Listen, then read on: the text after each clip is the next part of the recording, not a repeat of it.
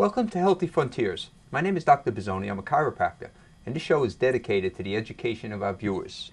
And the topic for tonight is benefits of exercise before, during, and after pregnancy. My special guest is Jessica Oliva. Just a little bit about Jessica. Jessica is a mom of 3 young children, Philip 5, Daniela 3, and Luke 1. She is an NSMA, which stands for National Academy of Sports Medicine Certified Personal Trainer who specializes in prenatal and postpartum fitness. She also has a website blog, jessicaoliva.com. Jessica is a Beachbody coach, and she also mentors a team of fitness coaches on Team Fit Dynasty. I'd like to welcome Jessica to the show. Thank you so much for having me, Dr. Bizzoni. It's my pleasure, Jessica. Thanks for being here. Okay, so we're going to start with the first question. And Sure. Is it safe to work out through your entire pregnancy? It absolutely is safe. Number one, you always have to be cleared by your doctor, so always keep them in the loop about what you're doing. And obviously, if you have any restrictions or high risk, I would say no, but it is completely safe to keep up with an exercise regimen consistently during pregnancy, and it's really important for a healthy pregnancy. You want to, I always say, it's important to not go crazy. So if you weren't big into exercise before becoming pregnant, Yes. don't think that it's time to go crazy and maybe train for a marathon. Yeah. But if you were consistently exercising before, it's okay to exercise at that intensity throughout your pregnancy.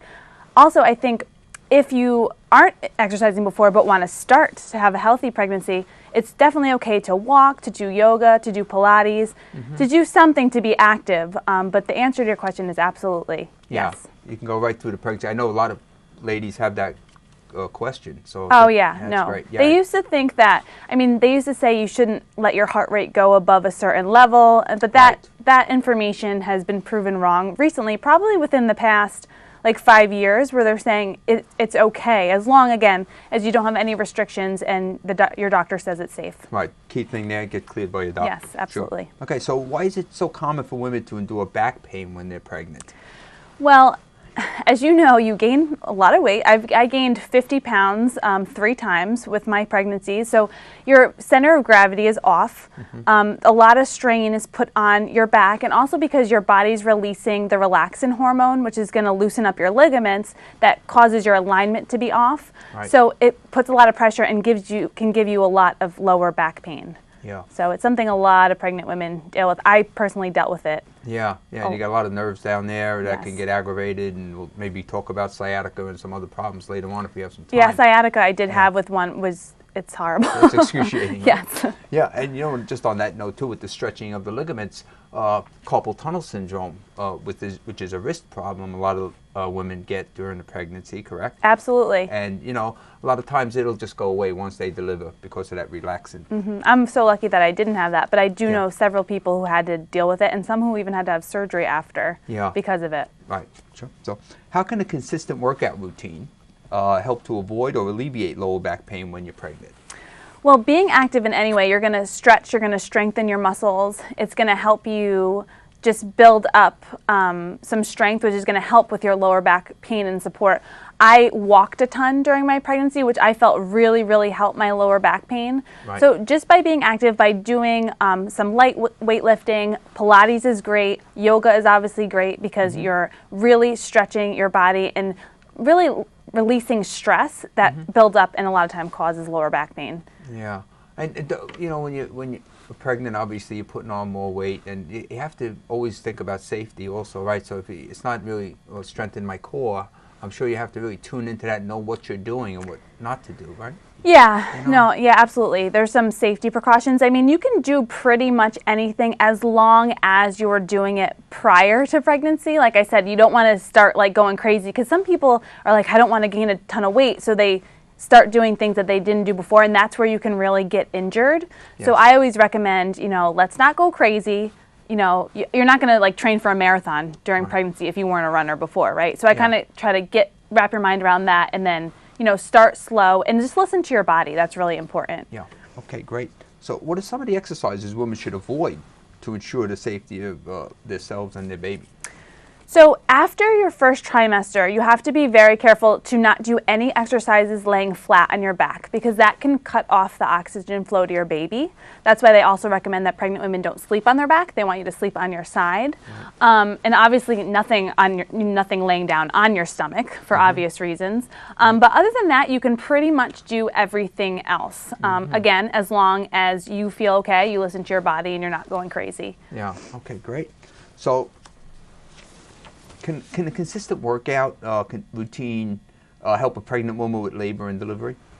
And what are some of the things you can do to prepare? Yeah, it absolutely can. And I remember reading this before I had my first, that they say that labor and delivery is like training, is like running a marathon, because it can range from a few hours to a few days. And I remember never feeling as tired as I felt in my entire life as I did when I was in labor with my 3 children. Yes. So anything that you can do cardiovascularly, especially, because obviously that's going to build up your endurance when you are, in labor, and anything you're doing, like some strength exercises, just becoming more limber, doing yoga is going to help you during that time, and it can even help speed up your labor and delivery. So yeah, I think when your body's functioning more efficiently, you always have a better shot. Yeah, absolutely. Delivery. Absolutely. Okay.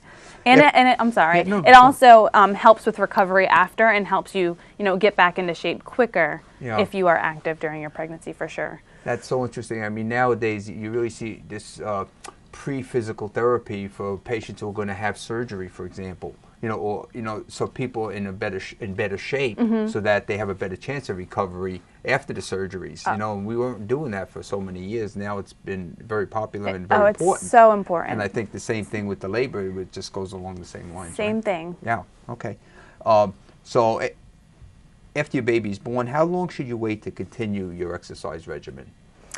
Well, traditionally they say, 6 weeks. And again, you have to make sure that you're cleared by your doctor to do that. If you have a C-section, you have to wait 8 weeks, but you still have to wait for the okay. You have to go back and get checked up. You don't want to just blow off that appointment and say, oh, I'm feeling good, because you have to make sure your uterus constricts back down to the size. It gets stretched out like 10 times the size. So you have to make sure that you're okay there. You don't have any bleeding or anything, because you can cause major problems. So you want to make sure you're waiting, the 6 or 8 weeks to do anything strenuous. But with that being said, me personally, I got the okay from my doctor to walk, to do yoga, to do like little things here and there, just because I was so active during my pregnancy. So they were okay with that. Yes. But I always tell my clients, I want to make sure that they're 100% cleared.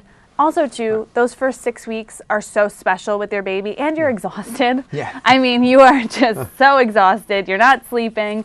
You're completely, thrown off your normal schedule. So I always say, enjoy. It goes by so fast. So enjoy that time. People, I think, are so, because you just don't feel yourself after you deliver a baby, and after your first, you're like, am I ever going to feel normal again? And you're not sure. So people, I think, are in a hurry to really, start something, but you want to make sure, because you don't want to get hurt, especially if you weren't that active during your pregnancy. It takes such a toll on your body. You want to make sure you are strong enough and you're ready to go, so you can avoid injury. Yeah, for sure. That's great. Many women have to deal with diastasis recti. We're going to explain what that is. Absolutely. Okay, which is an abdominal separation after pregnancy. What can they do to help strengthen their ab muscles postpartum? Okay, so a diastasis is when your transverse abdominal muscle, or your six-pack muscle that is here, there's a separation. And that can cause a lot of problems. It can cause hernia, which I actually endured my third time around. I had a slight hernia from that. So I have a little bit of a separation. And it happens with at least, I think, over 50% of women who have babies, they suffer from this condition. Okay, so it's very, very common, and I get asked this question all the time. So there are some things that you want to avoid, because everyone thinks, oh, I want a flat tummy again. I want to, be in shape, because they feel like they have this little pooch in their belly and they want to get rid of it. And they're like, let me do crunches and sit-ups. And those are the worst things to do if you have diastasis, because it's going to make it worse. So basically your ab muscles are like forming a ridge. And if you do any exercise that pushes out that muscle, it can make it worse. Sure. So you have to be very, very careful. You want to make sure that you're doing the correct exercises. So you want to avoid sit-ups, crunches, planks, anything that pushes those muscles out. What you want to focus on is anything that you can do where you're sucking your belly button into your spine, kind of corseting your abs together. And you want to do that as much as you can, not just when you're working out. If you're just standing there, you just want to be very conscious of it, just so it can help, because you don't want to hurt your back, because obviously it can have that effect. You want to do things like Pilates and yoga, again, things where in Pilates you focus a lot on your breath, you're focusing a lot on your neutral spine, so you're laying on the ground and you're sucking again your belly button into your back, keeping that back neutral so you don't have that natural curve, because that's where it can, make it worse. So by doing that, it helps it heal. Also, focusing on your oblique muscles and strengthening those, which can help heal. So you can heal it on your own. If it's severe, some women actually have to have surgery to fix it. So you don't want to make it worse. You want to, you can check yourself or ask your OB, ask your midwife to see like how much of a separation you have, and ask for their recommendations. They're always willing to help. Great. So, but would a woman know that she has this without the doctor telling her and diagnosing it? Absolutely, because if you check. So by laying down, you can feel it, like where your ab muscles connect. You can feel like a little space. Okay. And I think when I first had it, it was like a 2-finger separation, which wasn't huge, but some people have a 4-finger, like a very, if their core was weak before, because obviously as you're getting pregnant, it's separating your ab muscles, and then as it comes back down, they don't close. Right. Ever, really. But you can make it better and avoid injury. Yeah. Will the woman feel pain in that area as well? Or they just have to feel it so the audience knows how to check for that? No, you don't feel any pain, actually. No, unless you get a hernia from it, then you'll feel the pain, which did happen.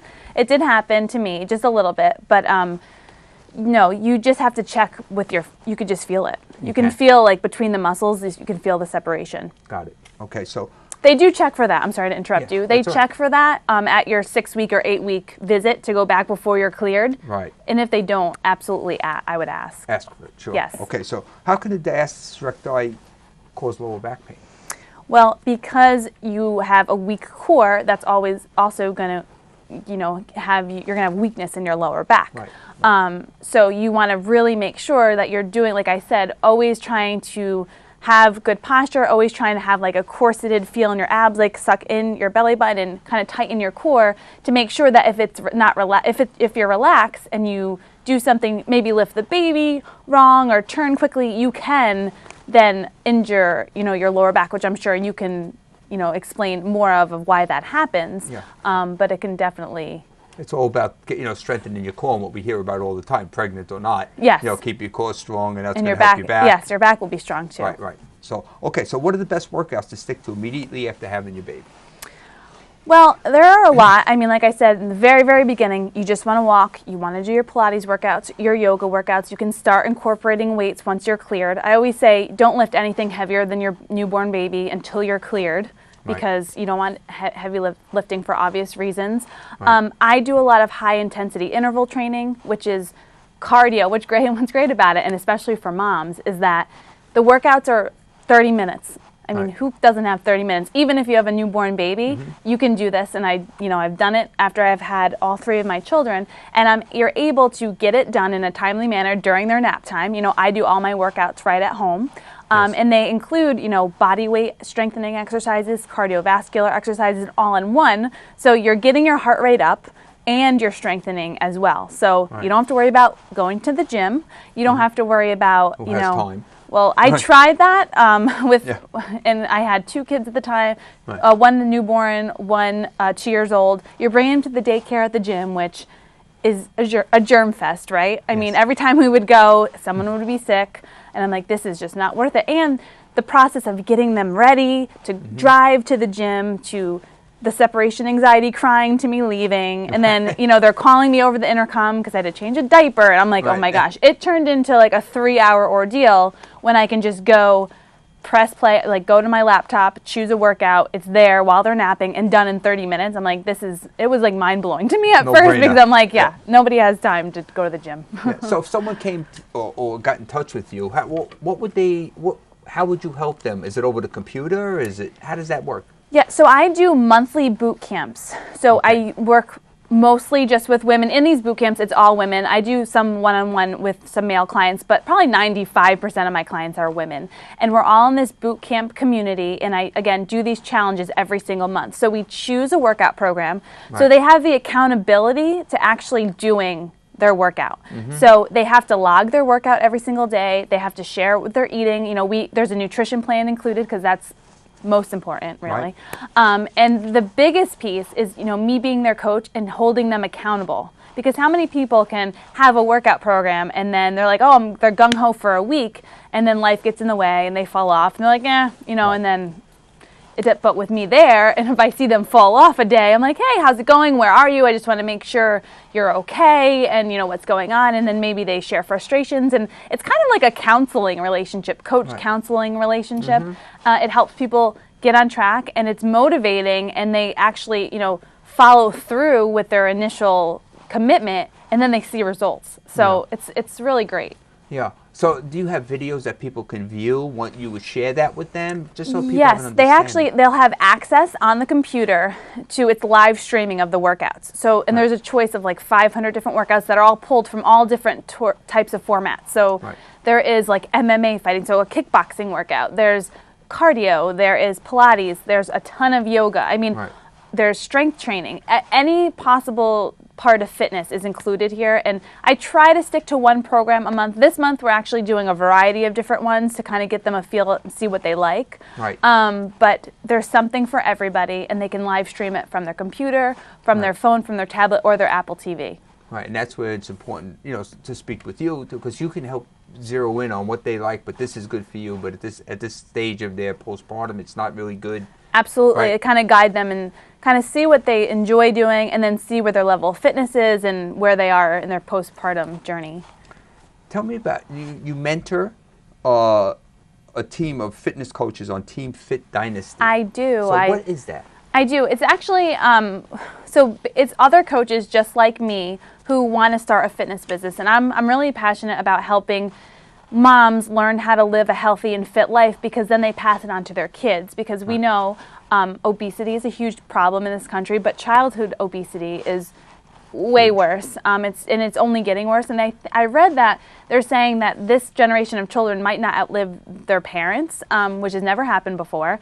And it's sad and it's scary. And I know by helping the mom, which is usually the nucleus of the family, is going to trickle down to their husband and their children, and teach them, you know, how to be active and how to eat healthy. And the nutrition part is like the biggest part. So anyway, sorry for the sidetrack. No, that's great. All of these coaches do what I do, but I help them ramp up their business, get a good brand and presence on social media so they know how to market themselves effectively, and then take off their business from there. So for me, like, working with my clients is awesome, but being able to mentor other people, the network just grows so much, and we have a huge reach versus just maybe me working with a couple hundred. Now we have the reach of a couple thousand, and it's going to continue to grow. And it just helps everybody, more people getting help. Absolutely, yeah. Great. So I'm going to ask you about chiropractic. Do you recommend chiropractic care to your clients during pregnancy and after they deliver the baby? Absolutely. I went when I was pregnant. I did have crazy lower back pain with all 3 of my pregnancies. One was actually worse. He was my biggest baby. Maybe that's why, or the different position of the baby. But it helped so much to get adjusted when I was pregnant. It really alleviated my pain. And then after is, I think, probably even more important, because labor and delivery really throws your body out of whack. You need to get realigned, and just it really helps everything, and I think helps the healing as well. But yes, and for your newborn baby, I think it's really important. So bring them along for sure. We love that. Great. Well, Jess, that was wonderful. And thank you so much for having me. Jess has a wonderful blog and a website, and if you want to get in touch with her, certainly you can go to it. And we're happy to have her on the show. Thank you. Thank you so much, Dr. Bizzoni. My pleasure. And we'll see you on the next show. Thank you.